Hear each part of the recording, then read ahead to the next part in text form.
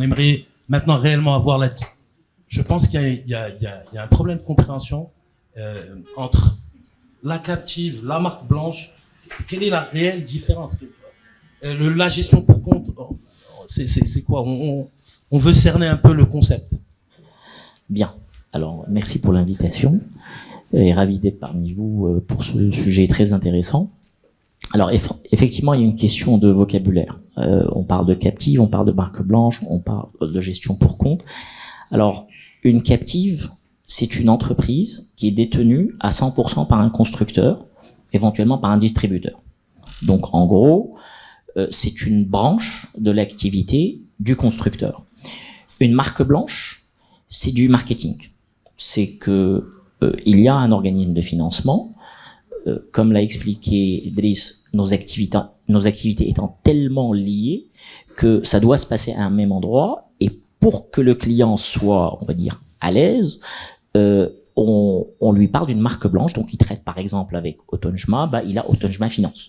Mais derrière, c'est les équipes du partenaire financier. Donc quand le client va signer son contrat, c'est un contrat qu'il engage vis-à-vis de l'organisme financier. Et donc le marketing est fait.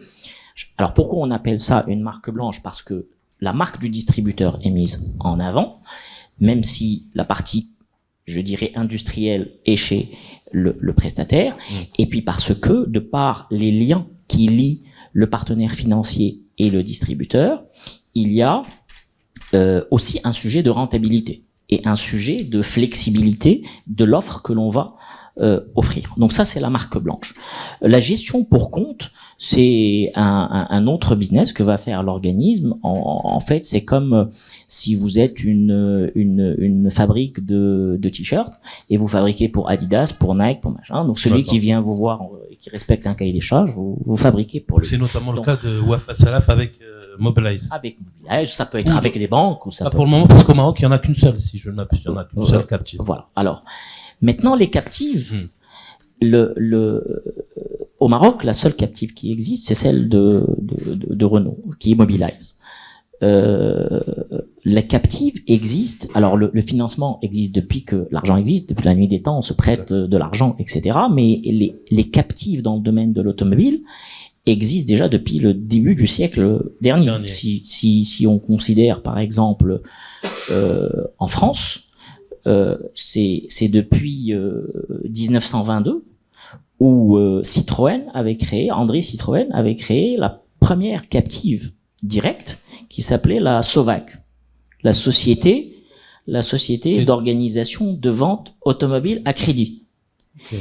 Et 2 ans plus tard, il y a Renault qui lui a emboîté le pas avec une boîte qu'on connaît tous, qui est la DIAC.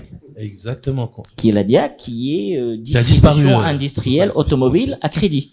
Tu nous sors des... Et puis, quelques années après, il y a eu celle de Peugeot, qui s'appelait la DIM, la distribution industrielle, je sais pas quoi, un truc comme ça.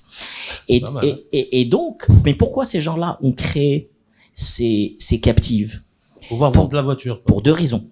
D'abord, parce que quand on a le client, il faut le capter de bout en bout. S'il quitte votre showroom pour aller voir un financier, il peut finir dans les mains de quelqu'un d'autre.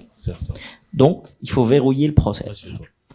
Deuxièmement, parce qu'ils ont compris depuis ce moment-là que quand on fabriquait une voiture, jusqu'au moment où on l'a scrappée, il s'est écoulé peut-être 30 ans, et pendant ces 30 années, cette voiture va générer une chaîne de valeur.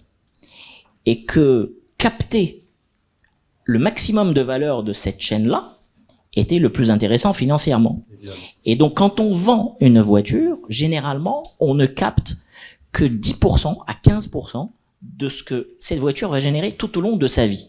Donc déjà, le fait de capter une partie du financement, c'est un plus. Ensuite, si on capte une partie du financement du véhicule d'occasion, c'est encore un plus, etc., etc. Okay. Maintenant, la question c'est pourquoi il n'y a qu'une captive? Parce que si on prend les organismes du type de Wafa Salaf sur le marché, c'est 70-75% du financement des véhicules au Maroc.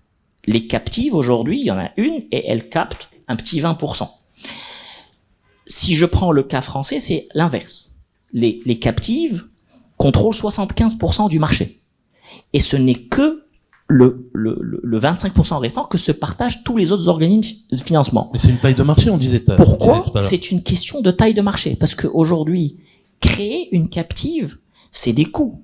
Parce que dans le business, dans ce business-là, vous avez 3 grands blocs. Vous avez le coût de l'argent, vous avez le coût de gestion, et puis vous avez la marge. Ce coût de gestion, il faut être capable de l'absorber quand vous lancez une captive. C'est comme une banque. Vous devez avoir une autorisation de banque libre, vous devez avoir un SI, vous devez avoir des gens pour animer. C'est de la paperasse. Donc, ça, c'est de la paperasse. Le plus gros problème, c'est de comment gérer et comment prendre le risque. C'est un savoir-faire pour lequel il faut des moyens qui ont besoin d'un volume pour être rentabilisé. Et aujourd'hui, grosso modo, à moins de 20 000 unités, vous ne rentabilisez pas une captive. C'est pour ça qu'on s'est orienté vers le deuxième modèle qui est du partenariat et qui est de la marque blanche, où là, on essaye d'imaginer je dirais, un partenariat qui offre toute la panoplie de produits qu'offrirait notre partenaire directement à nos clients, mais en plus de ça, on va venir nous l'actionner quand on veut, comme on veut, avec des systèmes de rentabilité différents pour capter de la valeur et répondre aux besoins du client.